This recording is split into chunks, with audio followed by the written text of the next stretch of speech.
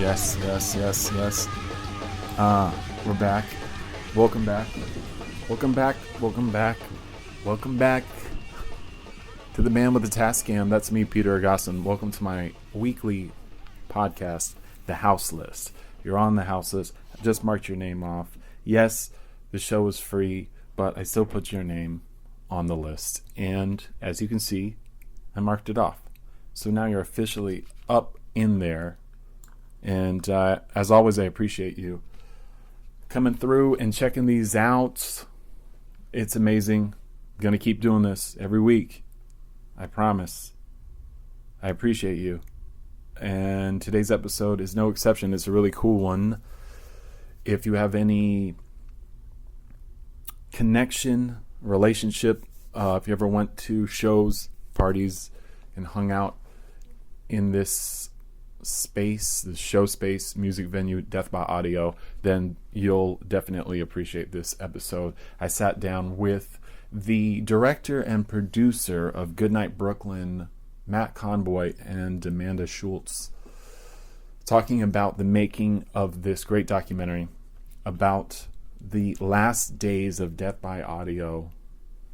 That's not their tagline. I just figured that's basically what it is. So Death by Audio was an incredible music venue, a DIY show space that basically ran from 2007 to 2014 in Brooklyn, New York, in Williamsburg, on South 2nd between Wythe and Kent. I'm just going off the top of my head, y'all. I'm trying not to write down many notes, but the thing is, in particular to Death by Audio, I had a long-standing and a great affinity for that room. And Eden Wilbur, the show promoter, the booker, and also the sound guy, front of house, a jack of all trades for the much of the lifespan of that venue. He booked all the shows.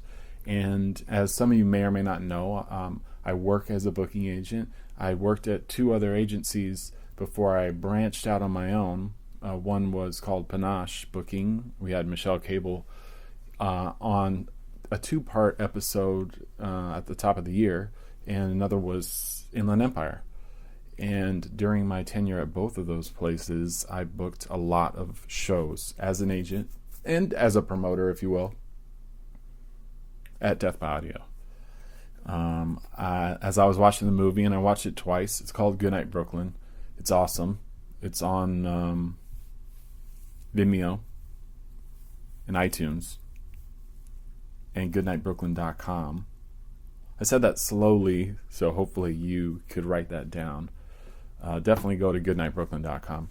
But as a booking agent, I think I had maybe 20 different artists, unique acts, bands, solo artists, mostly rock bands, though, that I booked at Death by Audio, either many times or a couple of times here and there. For a while, I did a lot of shows with the Nashville Infinity Cat Records bands, namely Jeff the Brotherhood, Natural Child, and Heavy Cream, who played a big part in Death by Audio. Jeff the Brotherhood in particular, who did many shows there before I worked with them and after. I also did Arto Lindsay, Son of Ra, Sin Kane, Habibi, Pterodactyl, Yellow Dogs, Crocodiles, a gang of other stuff. My last show there was Matthew David. So the club closed in 2014, in November, and now the film follows the last month, essentially, of Death by Audio being in existence after they sort of were edged out, learned that their lease was up, and nudged out, only to be replaced, ironically, by the Vice Media Corporation, many of which I'm sure out there are very familiar with who that is. So the film follows that storyline from Death by Audio's inception, which really, for those that might not know, really started as a guitar pedal, effects pedal workshop in this derelict warehouse, which would then be built out into the show space and like a living space. So a lot of the people that work there live there, and I partied there both before, during, and after shows. So I just have a great affinity for it. The movie really struck me. There's a lot of people I know very well that were played a part in making it, that played shows there. There's some amazing bands that played there over the years, and a lot of groups that got basically like had their start there or had many very important shows there that went on to, do big stuff, like Future Islands, of course. They played many shows there. Dan Deacon, Lightning Bolt, whom we opened this episode with, because the great Brooklyn imprint record label, Famous Class Records, shouts to Cyrus, who let me play some of that song in the opening. They did a compilation in 2016, a 3 vinyl set called Start Your Own Fucking Show Space. So there's a whole world that was involved with Death by Audio, and you'll see a good chunk of that in the film. So definitely check this film out. And right now, why don't we get into my conversation with Matt and Amanda, the filmmakers of Goodnight Brooklyn, the story about Death by Audio. Check it out. Enjoy this conversation. Thank you. But I started going back in old emails, and I was talking to Eden and looking. Now, I have no idea how many shows I did at Death by Audio, but I did a lot. And I think in total, I had maybe 20 different bands over the years that I booked in the room. So there's a lot of people and stuff that I was very familiar with. So I wanted to see, just really for you guys, how the two of you even began this process, and maybe, Amanda, when you stepped in too, knowing that Matt, you had lived there and obviously were there every night for the most part. So it's not like you were just in a typical director sort of mode where you saw something as an outsider that intrigued you and you stepped in to make a film about it. You had already been living in it for a long time. So maybe just to start just for context, we can kind of figure out how you guys connected and at what point you really started to think about making this. So like you said, this is a fairly autobiographical film. And Amanda and I had worked on this other kind of short documentary project right before this one called Checking In at 20, which is just kind of this 20-minute biography film about Brian Chippendale and Greg Saunier, and Amanda produced that. And that's Lightning Bolt, right? Yeah, exactly. Yeah, it's Deerhoof and Lightning Bolt, and it's kind of the story of these two drummers in weird bands who've been, able to kind of make it work for 20 years, which is pretty awesome. Yeah. So that was the first thing we had really worked on together, and then and it was the same kind of role where you were the director and you're the producer. Yeah, just he had spent before we had actually ever met each other, he had spent probably about a year kind of touring with these bands and just collecting footage, and didn't quite know what to do with it. And with a little bit of my background, I actually come from an ad agency background and producing websites and commercials and things like that. I kind of just talked to him about what he sort of wanted, and then lined up some an editor and sort of figured out the right way to interesting, working with him to tell that story. And then once some of the stuff was going down with where he was living. Yeah, I mean, we just kind of were meeting up and talking about future projects, and I just was kind of telling Amanda, hey, I just found out that actually I'm going to have to move out, and we're going to have to close this venue, and it's all because of this company Vice. I mean, I think immediately you almost interrupted me, and we're just okay, well, we need to get a crew together, and we're going to start filming this. At what point in time was that? In 2014 still? Yeah, that was obviously you already knew by near the end of 2014. Yeah, I want to say it was around June. June or July. Yeah, that we, it took a couple months. At first our landlords were just hey, we don't think we're going to renew your lease, and then there was like more discussions, and then it was kind of like revealed to me that like, oh yeah, Vice is the one who's going to be moving in and stuff. And like a decision had already been made. Like, right, exactly. Yeah. And so I think that was kind of, and I also could tell, that like it was going to be probably a crazy time, and that there's certainly the possibility that we were going to have some kind of conflict with them. Yeah. I think him describing just the process of why they were cutting the lease and holding back on the fact that maybe Vice was involved in it. I think you described it perfectly, where I was like, I smelled blood in the water. I was like, right. This, if it's already being set up this early on the process of trying to get you guys out, that didn't seem right, that this entire experience was going to be positive. And I think we just sort of saw something there. To figure out. Do you know at what point did the other rooms around the corner vacate? Because it was all like one after another, right? Do you remember that kind of timeline? Yeah, so our building, it was like this big former warehouse. It was like the warehouse for the Domino Sugar Factory, and there were, I don't know, around 20 or so different units in this whole building, which was like half a city block. So which basically it runs from like between South 1st and South 2nd Street, between Wythe and Kent. It's basically just half of that block is just one enormous building. And so I definitely noticed that like some of the tenants in like some of the other parts of the buildings were leaving, and nothing was coming in, but that wasn't necessarily abnormal.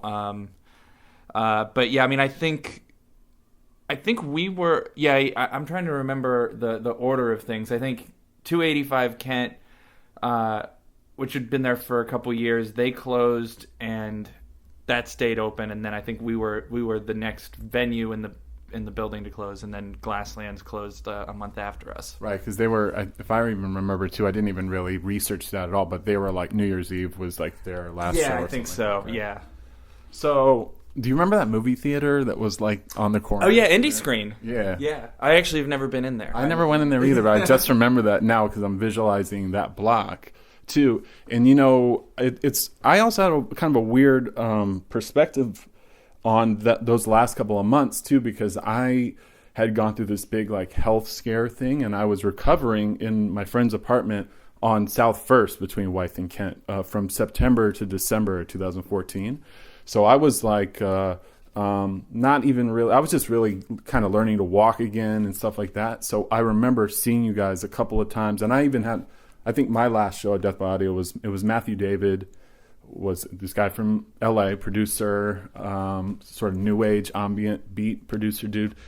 That was in late October of 2014 or something. So what was that final, because this is the culmination in the film, I don't want to jump ahead too much, but that last chunk of time was 2 weeks or a week, or before the club closed, you had a run up of big shows. Yeah, 75 days. Yeah, we kind of made our big announcement, and then I think maybe at the end of September. But I think things really kicked off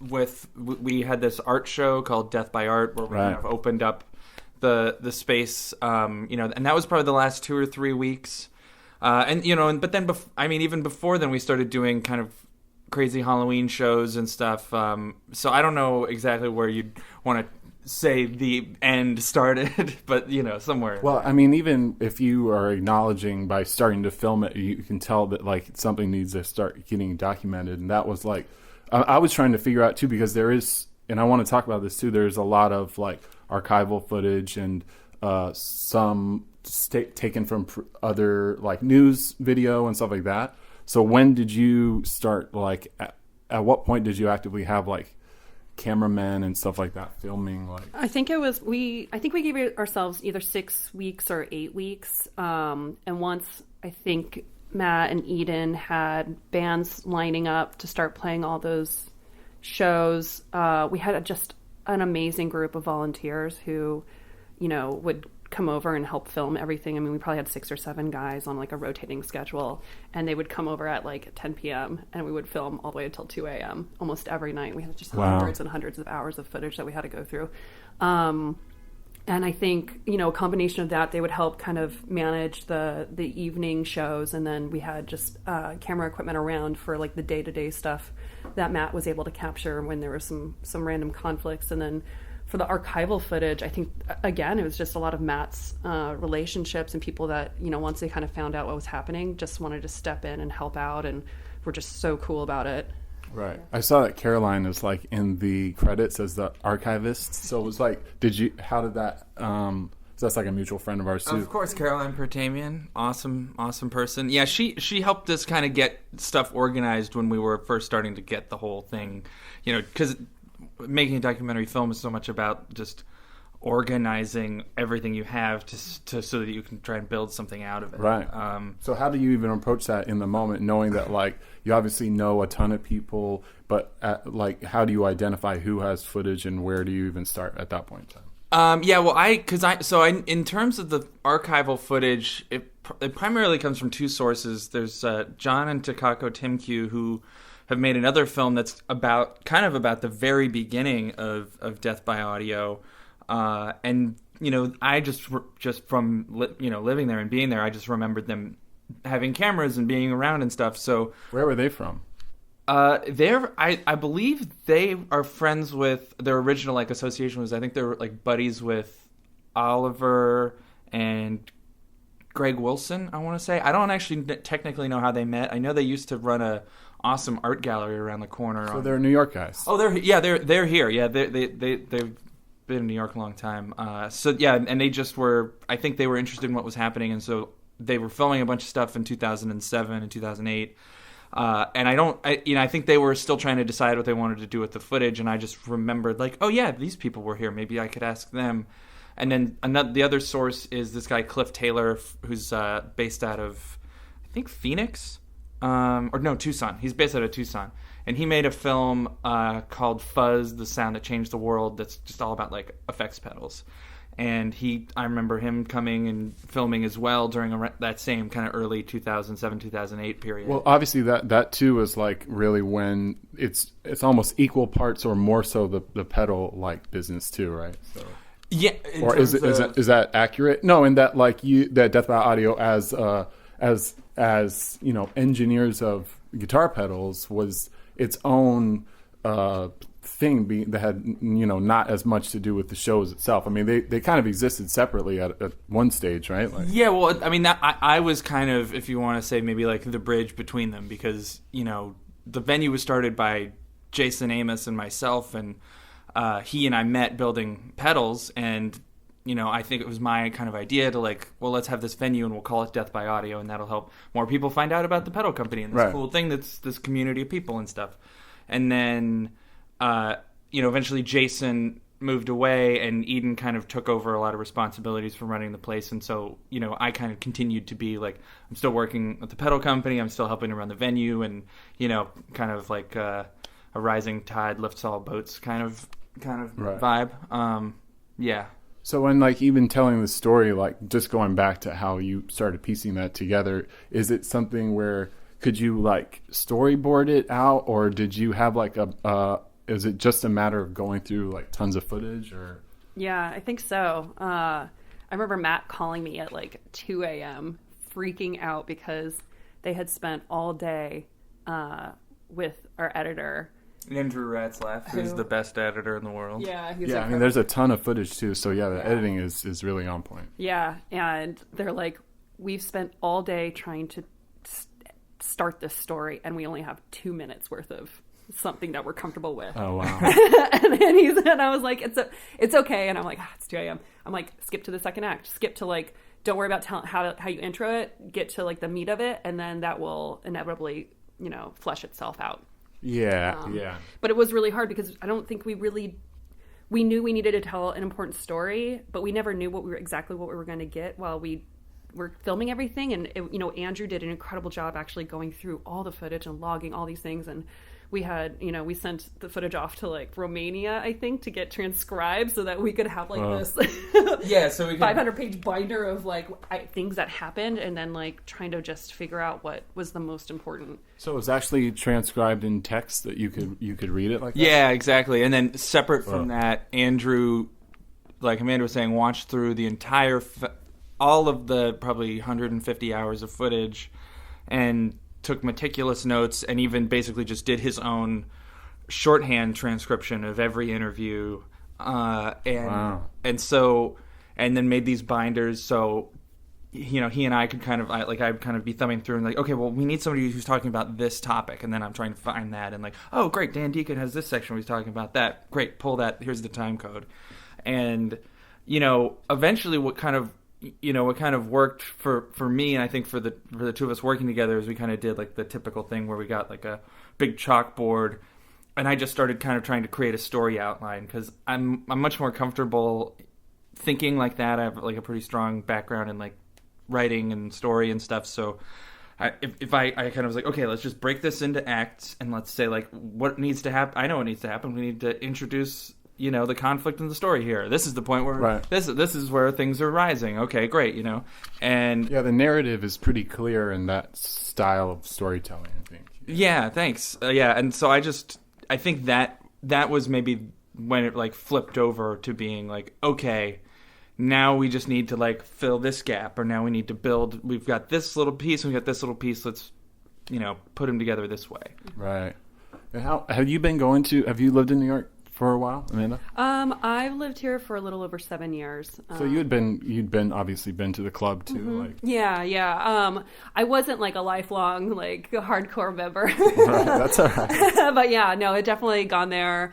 And was pretty familiar with the space, and just even through this process was getting, made friends and developed really great relationships with a lot of people that worked there and lived there, and just saw kind of just the beauty of those cultural spaces that are so necessary in those neighborhoods. And, when I first moved here, I definitely moved here in a time that everything was, it's been getting more expensive. And I think I came after that wave of, giant gentrification that I think has totally, overtaken Brooklyn. And I feel like Matt got to see a lot of that change. And so I kind of came in with like, just still thinking, God, this is so fucked up. Even though it's like, I'm very, I'm made to feel comfortable in these neighborhoods at this point. So I don't know. Right. Yeah. That makes sense.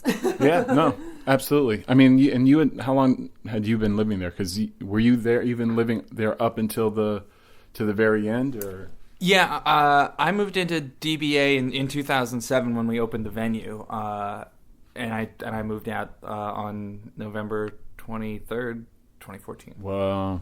How many different people did you see like living up in there? Because I've known a couple. I mean, Brandon Perry is a buddy of mine, so I know he lived there for quite a while. Oh yeah, Brandon was one of our most awesome roommates. I think we did like a head count somewhere, and I think I even put it in the credits. But I feel like it's around 25 or 30 people at over the years paid rent there. That's incredible. There's two guys that are sort of like in the beginning of the story who are in the early kind of wave of the getting the business off the ground, or the club off the ground. That's Greg and George Wilson. Yeah. Because those I didn't see them a ton, and I started going there pretty early, but I wanted to just get a take on like what their involvement was, because they were they obviously had really interesting perspectives on it. Because they were sort of there at the very beginning too. So what was their role like in the club, like for people that may be totally unfamiliar with all the people behind the scenes? Sure, yeah. So Greg and George Wilson are brothers who, along with a few other people who are in the film, Joe Kelly, Joe Jurowitz, Oliver, and Mac Moody, they basically were the first people who moved into this warehouse and built this kind of crazy loft in the back that ended up being called the Dude Ranch. Mm-hmm. And so Greg and George in particular, were just like awesome dudes from Vermont who, are into building stuff. And George was in a band called Dirty on Purpose. That's right. Greg was in a band called Coin Under Tongue. Yes. And also with George.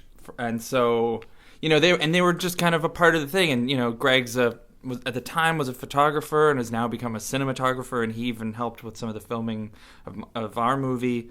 And George, in addition to being in a band, is also like a painter and a sculptor. So I think, they were like a pretty, I think, crucial part of the just kind of the creative energy of the space especially for getting it all started and everybody having this like kind of core of a loft to build off of. Right. Yeah, I remember Coin Under Tongue did some shows with Jeff the Brotherhood when I was Jeff the Brotherhood's agent, and that was really during that period of time is when I was hanging out in the back of the club often too. So I spent a lot of time back there, usually like after a show, after either like Jeff the Brotherhood or Natural Child or that, and that like scene was super fun, but it was interesting because it was like a hub for certain groups, and I feel like that Nashville, that boom of bands from Nashville and that scene that sort of came about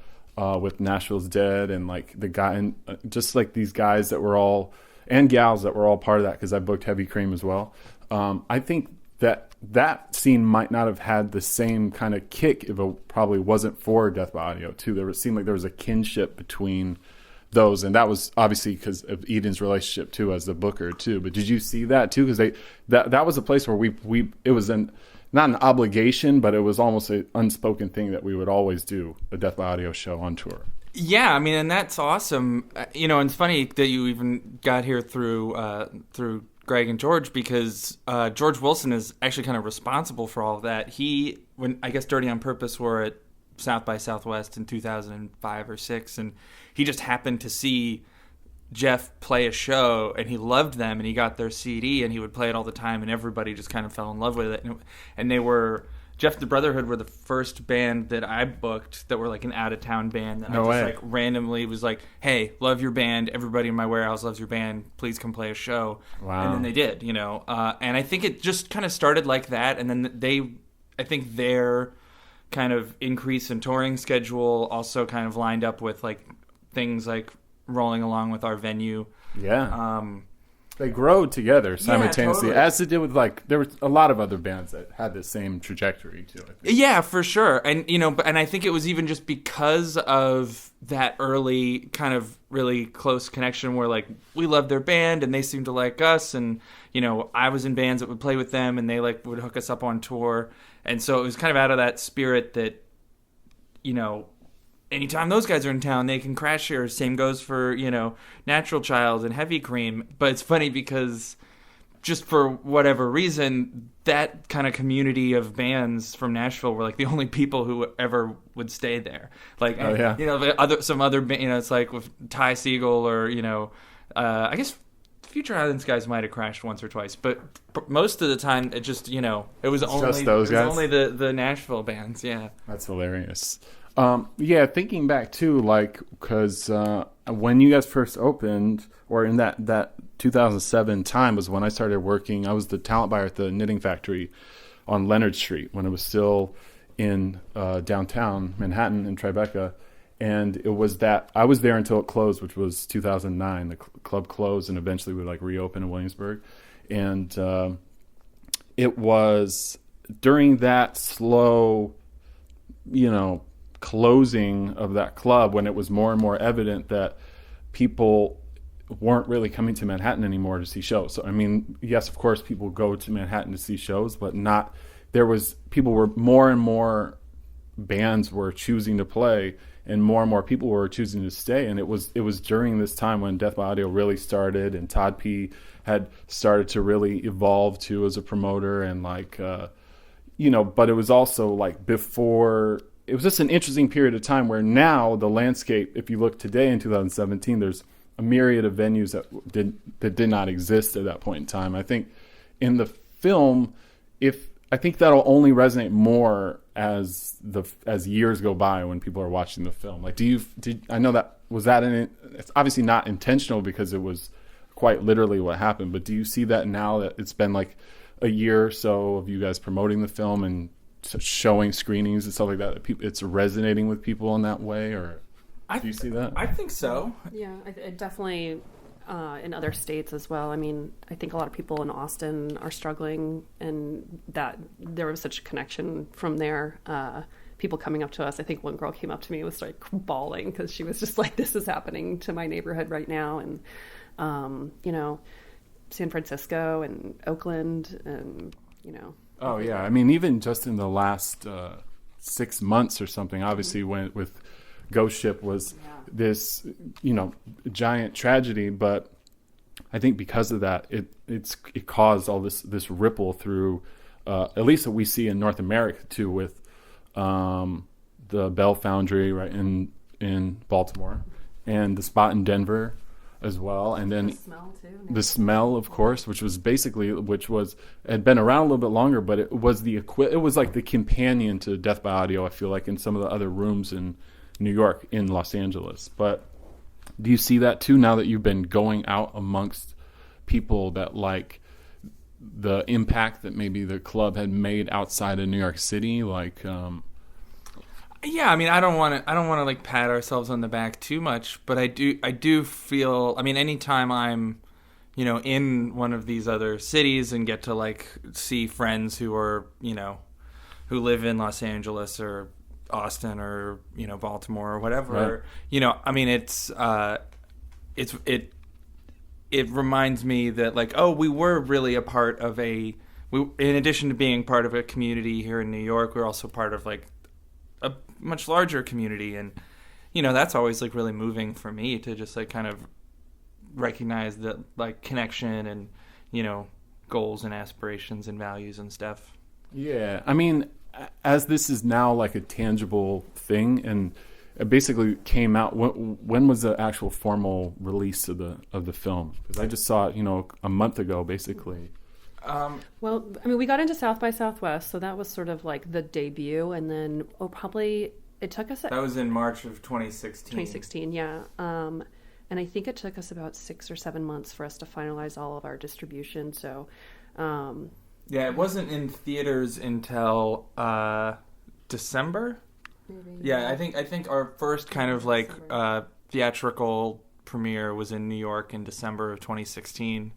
And then the film's just kind of been touring around the country last month and now in January. And this is both of your first like real full feature, right? Mm-hmm. Yeah, it's my first feature film. Yeah. So what has that process been like? Just as booking it, like you obviously have bands, and I would love to talk about your bands that you're a musician, but it's a very different playing field to book screenings for a film, much less produce and complete a film that can be viewed by the public. So how was that? Even just from the point of, at what point did you know that you could finish the actual film and it wouldn't, just be something that would languish, as like a pet project? Yeah, I mean, I think. Amanda was pretty insistent early on that was not possible, that we were going to have to finish this thing and we were going to do everything we had to accomplish that.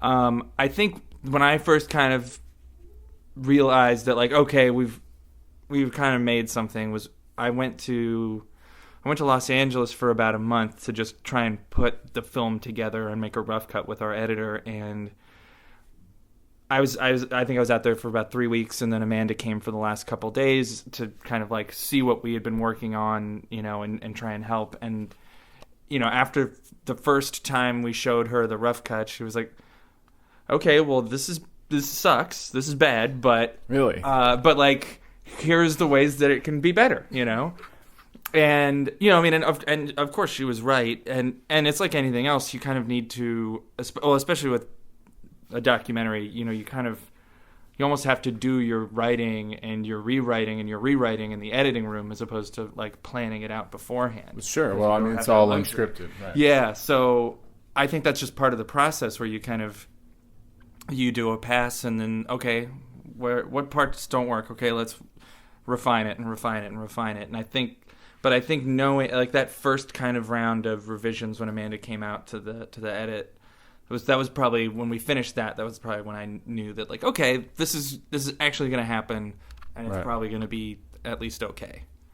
What and like as far as getting it to a place that, how do you even get it to a place of completion where you can submit it? Was the end goal to just simply try to submit it to festivals, or what was the process with that? Yeah, I think the great thing about the festival circuit is it actually puts a deadline on your movie. Right. And so I'm very used to insane deadlines, and that was something that felt kind of familiar to me. So we just pushed as hard as possible because we filmed it and edited all of it in about a year, which for a documentary is pretty, I mean, the whole timeline on that. Right. Yeah, and for me, I'm definitely the person that kind of cracks the whip, and it's like, we got to get this done, and we have to do this in 2 weeks. We got to do this in another 2 weeks, and well, your window's closing the whole time because the club is closing. Your story, if it's the story of that club closing, is your time is super precious, I would imagine, right? Yeah. Oh, well, especially during the shooting of it, and I think when we were filming, that was another real benefit that we had was one of our producers and one of my roommates, Jeff Kornberg, has kind of a background in video and interviews and stuff, and he pretty early into us like prepping the film was like, hey, if you ever want help, I'd love to contribute. And what we ended up kind of doing was having him set up in an interview environment in our like practice space, while separately we've got a crew of 3 or 4 people filming whatever band is playing simultaneous to that in another room. And then separate from that, our director of photography, John Yee, is roaming around filming me or Eden or Oliver and just kind of capturing the whatever's going on at the time. Simultaneously? Exactly. So at one point, we're having essentially like 3 separate crews filming. And I think that just came out of necessity because, as you're saying, like the window is closing, and we'll like Kip from TV on the Radio decides to come to see the OCs, and also I've got to go solve some problem, and like all of those things are happening at the same time. So we got to like, okay, Kip, do me a favor and just sit in this room and do an interview while we're filming, right. John Dwyer, and then I'm going to go do this other thing. Yeah, because the shows are still going on, and no matter what, like there's going to be unexpected stuff with any show, especially at Death by Audio. I mean, it was like a very particular kind of room. It's right next to your bedroom, right. So yeah, there's already a bunch of pre-existing things happening. Yeah, and so I think in a way that almost was helpful because if you've got the tornado going and all you need to do is capture it, that's I think maybe even a little bit easier than if all of those. If I think there's other films where, and in particular something John, our DP, has talked about. It's like with a documentary, so many people have this thing of like, well, when do I stop filming? Right. And with us, we knew exactly when we were going to stop filming. We had the date well in advance, and I think that if we didn't have that, it probably would have brought up all kinds of other questions. But that was just like eliminated. Like, no, we've got to film everything we can in this short window. Right. Well, the spotlight is on a very particular part of the story. I mean, there could definitely be. I mean, everyone's life is a continuous story, and it even ends in a way where Eden, who's who I like to talk about a little bit more to explain to people that might be unfamiliar with the club. He's the backbone of the book. He booked all the shows, like for the lion's share of all the shows for the run of the club. And in the end is him literally packing up the club, the PA of the club, and leaving. He left town, right? Yeah. He got in the truck with his girlfriend Maggie, and they drove to Florida. So first, tell people like how did you even meet Eden? Because he was a promoter, but wasn't necessarily like a club promoter before he started working there, was he?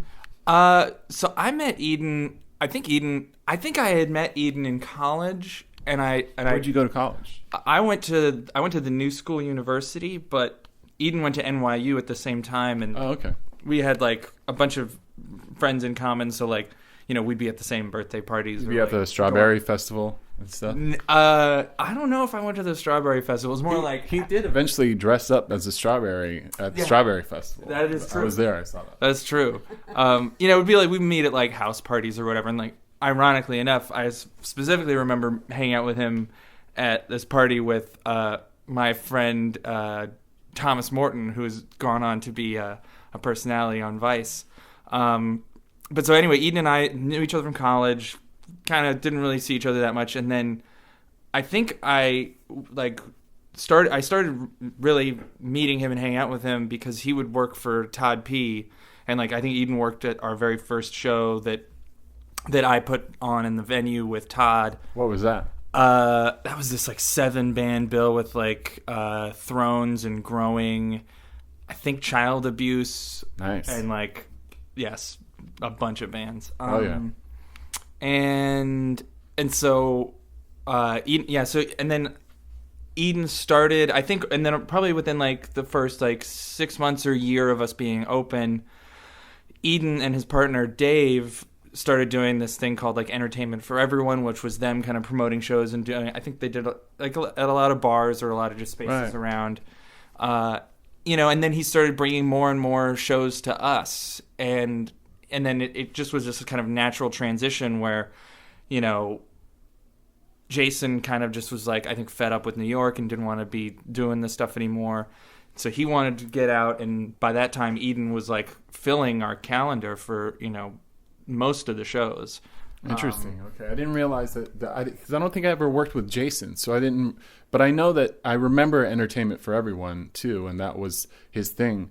It's interesting because after a while, you just simply start identifying Eden with Death by Audio. He was, his identity became the room because he booked every single night of the week after a period of time, right? Yeah, absolutely. And he, Eden's like this just rare, beautiful creature where he has like an unlimited appetite for discovering and enjoying music. And, I've never met anybody quite like that, where he was really happy to just constantly be finding new things and like booking shows and running shows and doing sound. And, I think it's just kind of a rare thing because, so often with this kind of thing, somebody will burn out or lose interest. I mean, there's even been times where I like would, I'd go on tour, I'd do other things, and like kind of like Eden would be taking care of it while I was gone.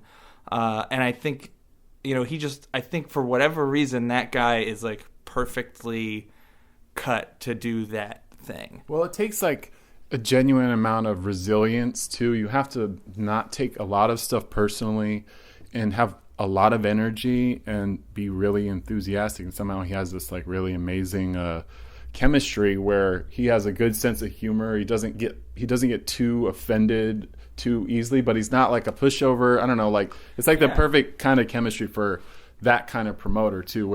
And I talked to him recently, and I also worked for Panache Booking too for a few years, and Michelle's an old dear friend of mine, and like looking back at his style of booking too as a booking agent, I know that he didn't really work with a lot of agents. He didn't really work too deep within the industry because I think the industry was maybe afraid to work with promoters like that because it's requires a little, you have to care to a certain level to be able to like bring yourself into that world and take a risk, if that's how you consider it. I don't mean to go on a tangent with that, but no, I know what you're saying, because Eden booked Death by Audio the way that like people make mixtapes for their best friends. Like he was taking it as like this like creative endeavor, and I think he brought a lot of like integrity and a lot of, I don't know, just kind of like a sense of authorship to curating shows. But also, like, to your point, I think he and I kind of share a little bit of a like rebellious streak when it comes to the preconceived notions of how like the music business runs, and there's parts of it that I know he disagrees with. And so like he was more interested in like, hey, I'm going to work with this band directly because I've been working with them before this whole like management and record label team showed up, and like these are my friends, and I'm going to keep doing what I'm doing because this is my relationship with them, and I don't know you, and and I think that there, I can totally see the flip side of that, where if you're the manager or the agent or the record label, you're like, hey man, I'm just here trying to help, and that makes sense. I understand that point of view completely, but I think Eden's point was, well, I've been doing it. It's been working. I know these people, and like I'm gonna hand them a bunch of cash at the end of the night. Right. At the end of the night, you're still gonna get paid the same amount of money, if not more. Right. I mean, and that I would hear that over and over again from people who'd be like having a night off from there, like, oh, I'm direct support for some band who's playing at, Terminal 5. And on my night off, I played Death by Audio, and I made 4 times as much money as I did last night. It's like that's just the way the industry works.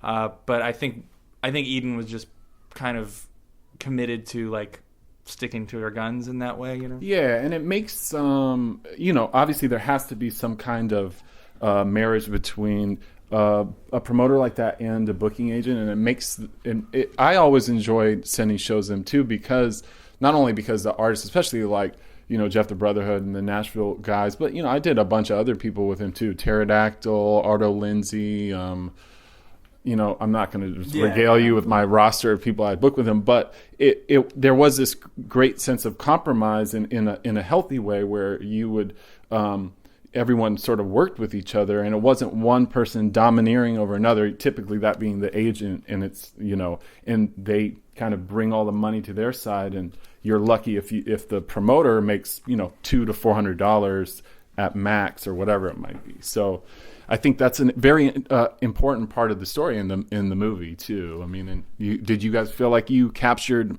He's the most visible part of the venue by far. Oh, so. Yeah. I mean, and he's kind of the heart of the thing, really, because, I think we all had a lot of our lives wrapped up in that space, but no one more so than Eden, if only just because of the sheer time and energy he put into, loving and... Right. Curating, setting stuff up, the calendar, the deals...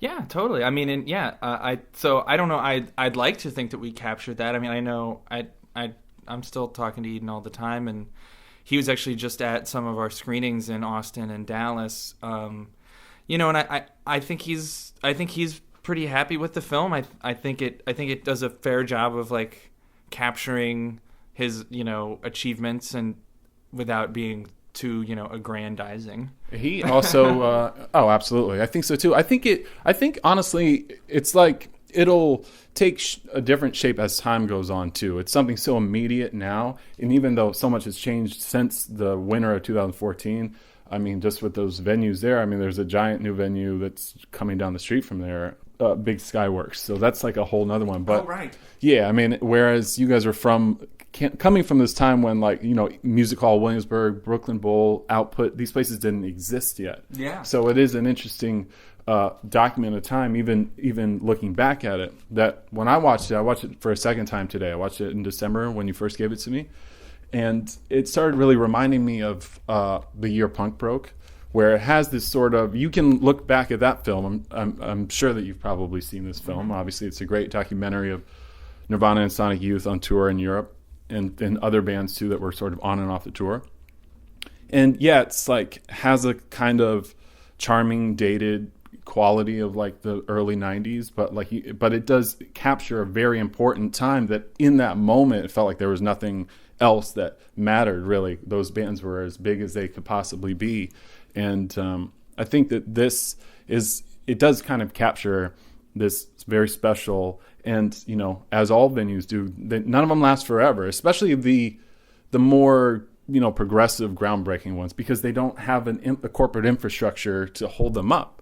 I mean, with all due respect to and I don't really even need to name drop, I'm sure, especially here in New York City. I mean, anyone knows, Live Nation and AEG basically own the majority of the larger venues in America. Mm-hmm. A lot of those places will thrive and last even if they're losing money, because there's other money to come and be pulled from other things and so on and so forth. So anyway, that's a point that I wanted to try to make. Now, there is I wanted to ask you about a couple other people that work there, but before I say anything, I know that Eden, as a promoter, must have booked your bands too, and I've been a fan of your bands too, which I love to just kind of run through, because I think it's important for people that see the movie to know that you're a musician too. You're a touring and playing musician. I'm not sure. Are you actively playing in anything right now? No, I haven't really played music since the venue closed. Oh, really? Yeah. I mean, for the majority of my time at DBA, I was in bands. In particular, a band called Sisters, a band called The Immaculates, and a band called Fuck Ton. Yes. And all very, very small bands, but we definitely had a lot of fun. And yeah, I mean, Eden booked us for sure. I think Eden even maybe booked us some of our early shows that weren't at DBA. Oh, interesting, really? So he, in a way, inadvertently may have been your booking agent, too. Yeah, I'm sure. I'm sure he helped. Did he book Surprise Strangers?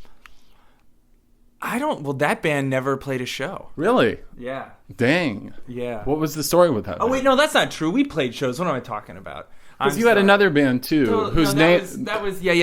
we played some shows, and he might have actually booked one of those now that I think about it. Like, because we would play at, like, what's now the Commodore, but used to be called the Black Cat, I think, or Black Betty. Black Betty, yes. Betty, which, right. For people that live in Brooklyn, know now currently the Commodore. It's across the street from what the Knitting Factory is now. But for a long time, yeah, it was Black Betty, and it had bands there. There's no bands there anymore, but that was actually a pretty unique venue in its own right, too. A long since defunct, has lots of mob ties, and there's all types of crazy stories with Black Betty. Yeah, definitely.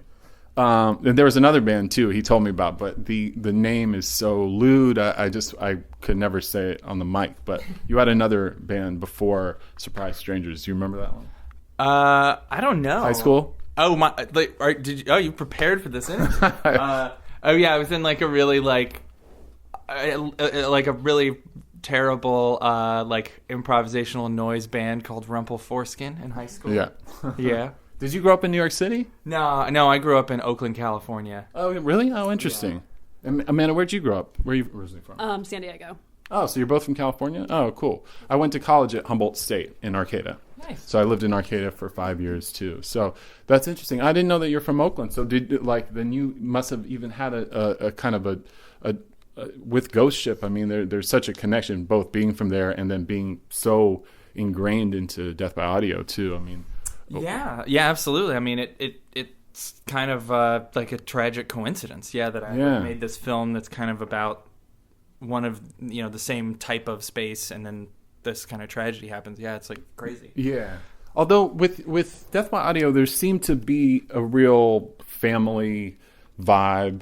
I mean, there was a staff, like, a loose-knit staff of people at the door, at the bar. I mean, and I would love to talk about some of those people. Now, I didn't know all of them, but, if you ever saw Eden there, then you will always see Gavin there, too, who's, like, super cool dude and always... I never got as many drink tickets as Michelle Cable, but I always wished and hoped that day may have come. Oh. Maybe in another venue down the line somewhere. Yeah. But so did you? Who hired the people that would eventually make up the staff there? Was that you? Yeah, I mean, it's a mixed bag. I think we met. I think we met Gavin also through Todd P, because I think Gavin was working for Todd at like our very, very early shows. Same thing with Dory Vandercreek. Dory who worked the door. Yeah. She was awesome, super cool. And then I think our other kind of main bartender, Tara, we met through Jason Amos. I think they were like either college or high school friends or something. Right. But yeah, I mean, it's funny. You kind of just these people kind of gravitate into the kind of the orbit of the thing, and some of them stick around and some of them don't. But yeah, I mean, those are for me like the three people who were pretty much there from the beginning all the time. Yeah. I mean, I think that's what makes the story. If you're familiar with The Room and even if you're not, if you watch the movie, like you really become attached to the story because you're so familiar with the music too. But if you would go to it in New York, then you would see the same people working every show, and it became like such a comfortable, familiar kind of vibe when the door person is usually the same, or one or two people, the bartender, the sound person. It's like it takes on a whole different kind of life, which I think is pretty special too, and also kind of becoming more rare in this day and age, and this regime shift that we're amidst too. It seems like that those things will become more priceless as they go on. Do you agree with me on that? Yeah. I do. I mean, I agree with you certainly about the impending darkness. I don't know. I think also part of that just kind of comes out of the reality that what we were doing was way more about kind of creating and maintaining a community. And I think that if it had just been a job, you know, if it had just kind of been like the meat grinder of your average thing, I would be surprised if people would stick around that long. But, you know, I mean, there's so many relationships, and, you know, people tell me stories like sometimes of like, oh no, I met my wife at your venue, or I met my girlfriend here, or like, you know, I met my best friend at this show. And, you know, I think it's that kind of stuff that it not only makes me feel good, but I think that's part of what kind of, if you know, I think our values were more focused on creating that kind of an environment, and I think that's why people ended up sticking around. Right.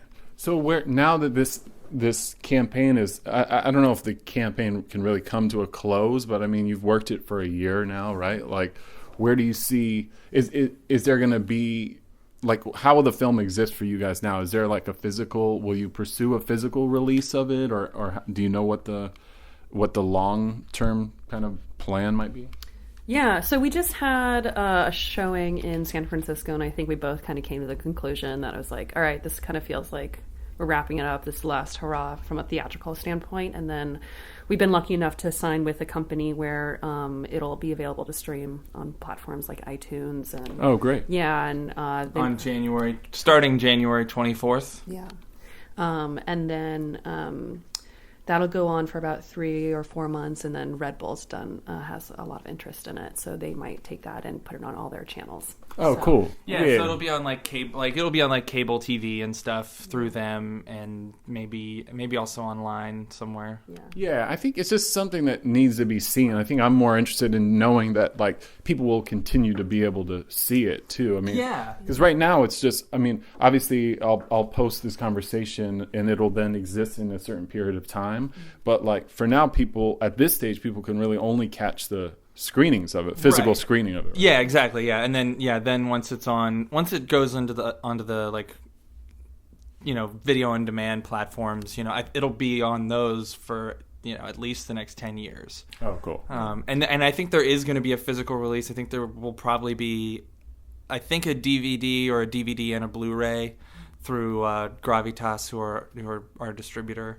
Oh, cool, great. So yeah, I mean, I hope that, you know, through all of these things, that the film can kind of just have a life where, you know, if there's some, you know, 14-year-old lonely in the middle of nowhere and they can find this movie, and maybe that'll inspire them to create whatever their utopian, you know. Oh, no question. I think the one great memory I have, and it's sort of a pretty big one of the club, is that every Nashville-oriented show, at least that was affiliated with Infinity Cat, there was this one kid that came from New Jersey who I'm pretty sure you would recognize. I think he's even in the film. He's like this sort of short kid. I never even knew how old he was or what his story was. I don't think we even ever had a conversation, but I think he looked at me like I was just like this like weird hanger-on guy with the bands. But he was this kid. He had black hair and glasses. I know he came from New Jersey, and I think he came from New Brunswick, which was also another kind of hub town for that scene.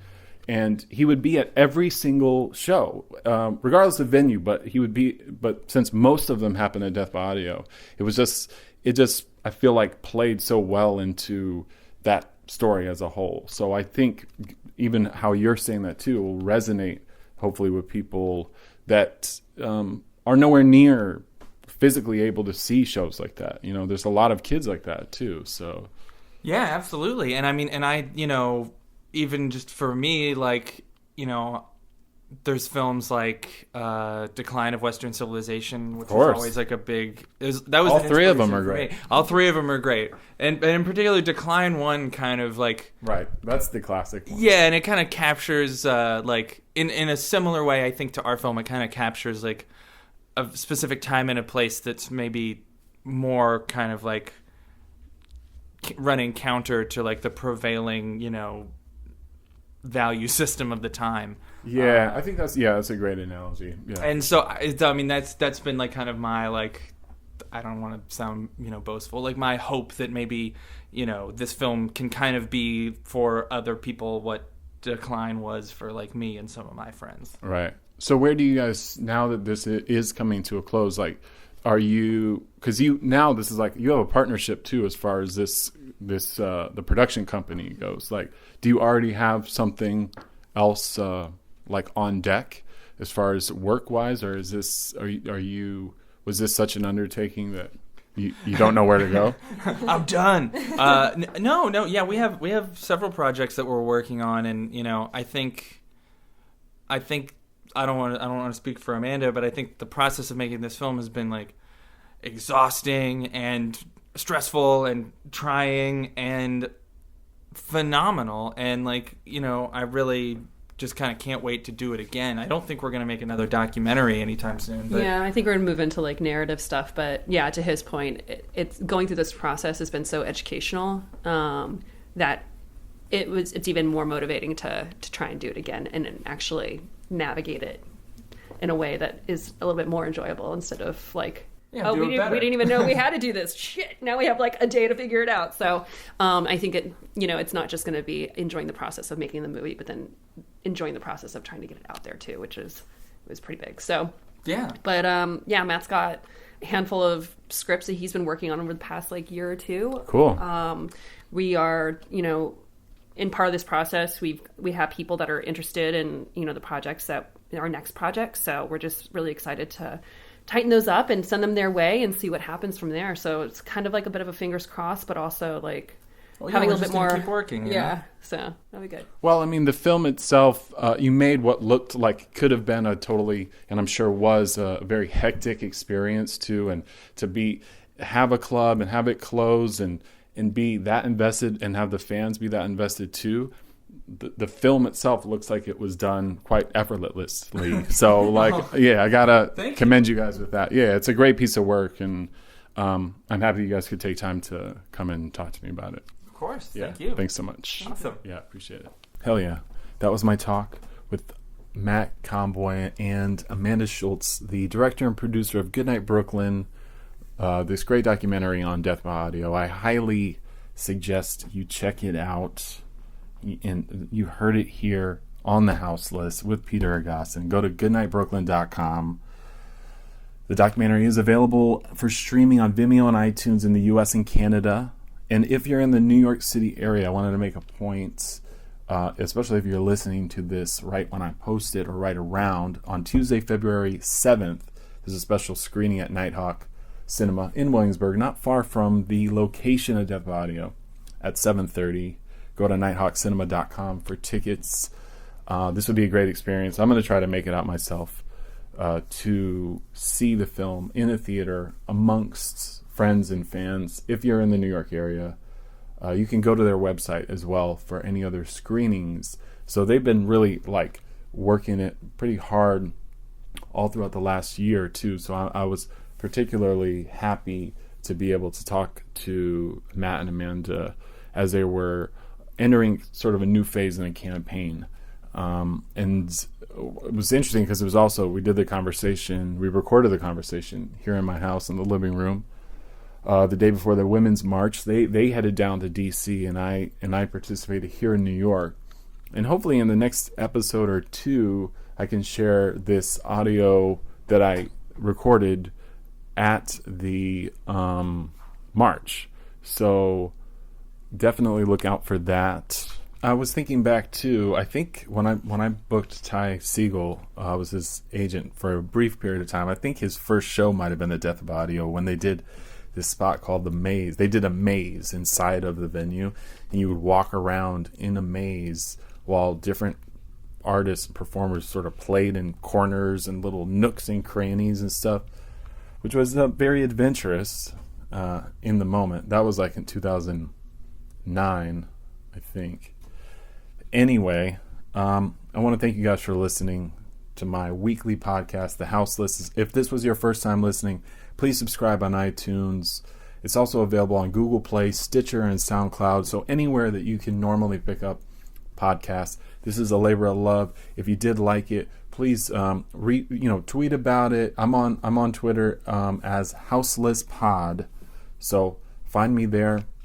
If you happen to listen to this on SoundCloud, just hit that repost button for me if you can. So if you have friends that don't necessarily listen to podcasts or wouldn't normally check this out, send it their way, especially because Death by Audio, those are homies of mine. They're friends of mine. They're great. It's a great group of people that were a part of it, Eden and Oliver, and I even ran into my buddy Jay, who did the sound mixing for the film, and he's had a bunch of bands. He's in a band right now called Roya, but he had this really great group that I tried to book here and there when they were around called the Immaculates, and I saw him in a like a grocery store basically, and I was like, listen, I hadn't seen him in a while too. And I said, hey man, I just did this conversation with Matt and Amanda about the documentary for my podcast. Yeah, I got a podcast. Check it out, man. You should check out my podcast. Listen, can I use a song of the Immaculates? Because I have this 45. They did a 45 and a tape. And there's one on the B-side called Springtime in Your Made Up World that had a crazy dope drum break at the beginning. So he was generous enough to let me use this. So check this song out. This episode, as all previous, is edited and engineered by my man CJ Stewart. I want to thank all the people at Death by Audio. Thanks for all the great shows. Thanks for this wonderful documentary. To Cyrus from Famous Class, thanks for letting us use the song at the beginning. And to all the artists that played, especially the ones that I worked with, what great memories we have of that time. Definitely check out the film, goodnightbrooklyn.com. And I will catch you guys on the next one. Bye now.